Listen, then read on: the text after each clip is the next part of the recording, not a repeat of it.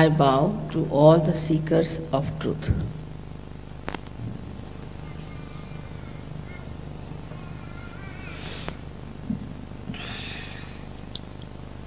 You have been already told about these centers within us, their qualities, and these three channels which constitute them. But one may ask, why all this instrument placed within us? With what purpose? And why evolution has to go further?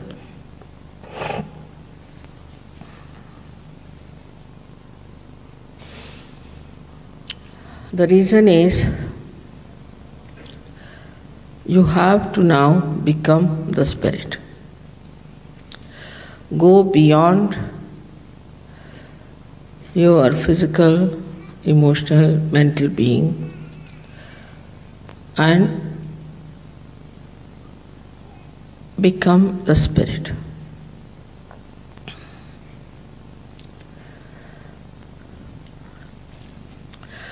Because spirit is the reflection of God Almighty. And spirit is the universal being within you. When you become the spirit, you become a universal being. You become a universal being doesn't mean that you take a certificate that you are a universal being. Not at all. But this state of being an universal being is manifested in you. It is manifested as a innate knowledge within you. As you have innate knowledge of colors now, you know this is this color, this is this color. You see it. In the same way, you become aware of you being a universal being. Means a microcosm becomes the macrocosm. Again I say becomes. It's not just a feeling that you have become. Like a drop becomes the ocean. But again, it's not just a mental understanding, but it is a happening. And this happening takes place, and you become a personality which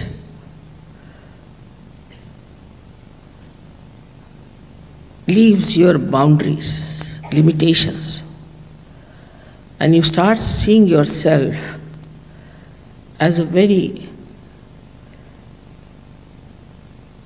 loving, affectionate, compassionate personality. When a child is born to a mother, she feels tremendous love for the child. From where does she get this love? It is innately built within her, and her love becomes doubled.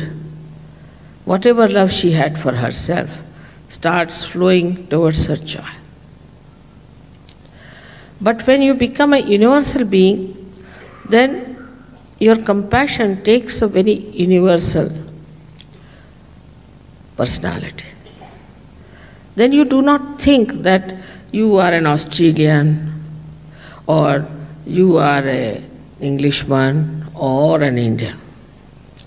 But you just think that we are part and parcel of one universal personality. Now this feeling sometimes can be confusing, the word is. Feeling means I feel very happy, I feel very unhappy. It's all a mental projection. But it becomes part and parcel of your awareness. This is the point I want to make very clearly to you, that it becomes just an awareness of collective consciousness. Then you can't avoid it, you can't just get rid of it. As you feel for your family. Why do you feel? I mean, some even don't feel that. But most of you feel for your family, for your children, for your wives, for your brothers, sisters, father, mother. So why do you feel for them? Because you have expanded your personality. So you just feel it.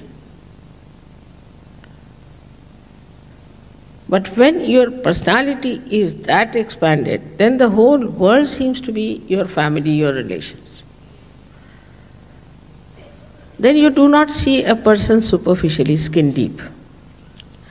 But you see a person as a part and parcel of your being. Not only that, but as you can feel your own chakras on your fingertips, you can feel the chakras of another person on your fingertips. And then if you know how to correct, you can correct those centers and correct their problems. Today I'll just deal with one chakra, how when one chakra goes out of order, what happens to us. It's very interesting to find out how we suffer from so many diseases because of one center. This center is the second center of Swadhisthana. Second center of the Swadhisthana is attached to the Nabhi, the third center, and moves around the whole of that green area. It can go to the end, to the periphery, or it can be anywhere. And the duty of this center is mainly to convert the fat cells for the use of the brain. That medical science doesn't know. The other functions are to look after the liver, to look after the pancreas, look after the spleen, the kidneys, and the intestines. So when we start thinking too much, when we become futuristic, we start planning everything. I mean, sometimes people plan so much that you don't know where you are left with that plan. And that planning gives you a terrible mental exertion, and you need more energy for your cells in the brain. So this has to pass, as you see here clearly, it has to pass into your brain, the energy.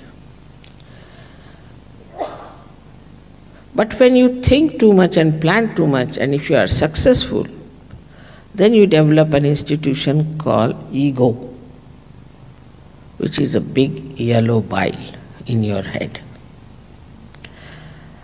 That's not only thing. But as you start thinking too much, you neglect all these visceras, all these organs in the viscera. And thus, you have very big problems of health to begin with. Of course, when you neglect your liver, you know, liver is, they say, you will live till your liver will allow. Now, this liver has to clean all the poison from your body. It comes out as heat and is delivered to the bloodstream. But when this is neglected, this poor liver doesn't know how to function without the energy, and all the heat is accumulated in the liver. So a person suffers from liver trouble. Now the symptoms are he gets migraine, he cannot see the sun, then also he gets very hot-tempered, irritable, angry, because there is so much of heat. Then this heat passes. I was telling in Canberra, most of the Bureaucrats have this problem because they plan too much. And where do we land with that planning, God alone knows. So, then this heat passes upward and downward. So when it passes downward, it gives you a very bad problem of terrible constipation because the heat constricts your intestine, large intestines. It also coagulates your kidneys, by which you have kidney trouble, you cannot pass your urine. Then you go on the dialysis and you are certified as really dead because you cannot last longer. It's a very expensive treatment, but doctors do not tell you frankly that, oh, you are not going to live. Then this heat can pass upward. And when it goes upward, it goes, say, to your right heart as shown there. As a result of that, you develop asthma. Of course, asthma is connected also with the left side. So when there's triggering done by the left side, then you get this horrible disease called asthma. Then this heat can go upward and can ruin your throat. It can freeze your right arm. It can make your left eye red and also your left ear deaf. But by chance, if such a person is young and using too much physical energy and mental energy, as well as drinking a lot, he can have a very fatal heart attack, a very massive one, and he may die very early in age. You must know that all such attacks at a young age always are fatal. But when you see to the other side is that there is a pancreas which is neglected. As a result of the neglect of the pancreas, you develop a disease called diabetes. Even the mothers who are extremely planning type and thinking type give that disease to their children. And children are born with diabetes. Then you have the third problem with the spleen. This is the most dangerous one. Nowadays, as the life is, we are all time bound, very particular about time. As a result of that, we have become extremely hectic. Supposing you sleep very late in the night, then you have to get up early in the morning somehow get into your clothes and run to the office. Don't even take your breakfast, your wife will give you. So on the way in the car you are eating your breakfast. And then you read the newspaper. You get a shock of your life because so many horrible things are happening. Newspapers will never give something that is good or is doing well, but something that has gone wrong to give a sensational feeling. It gives you sometimes horrible things. So early in the morning, if you read something horrible, being a human being, you are sometimes shocked. Then you find there is a jam on the way and you get so upset and all your peace is disturbed. Now this spleen is responsible for creating red blood corpuscles when you are in emergency. You must have seen when you eat your food and you run, you get a pain here. That's because your spleen is trying to pump out new RBCs. Now, to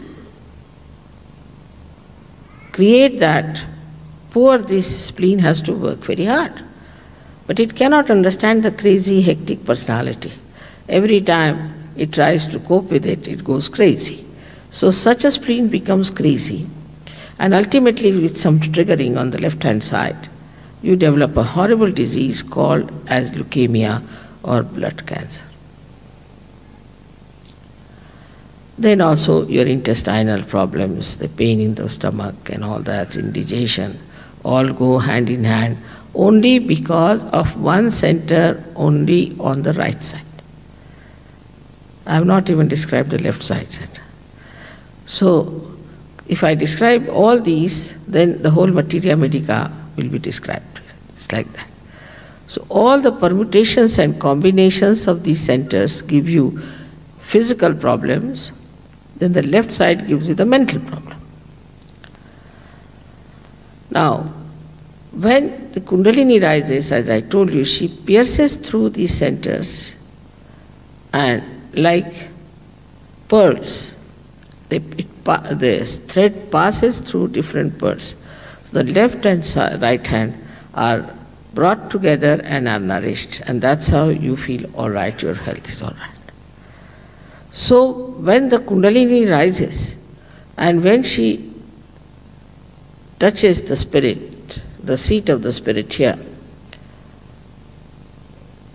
the flow of the grace also on the sympathetic nervous system relaxes your center and nourishes them. Plus the rising of the Kundalini helps you such a lot.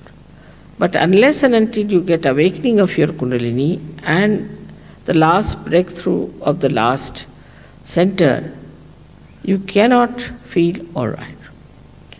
And you have to work it out in a proper way, understandingly, how to cure yourself or how to cure others.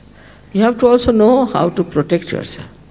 But you definitely become a personality who can cure people, who can cure themselves. I mean, Sahaja-yogis don't go to doctors at all, I have no question.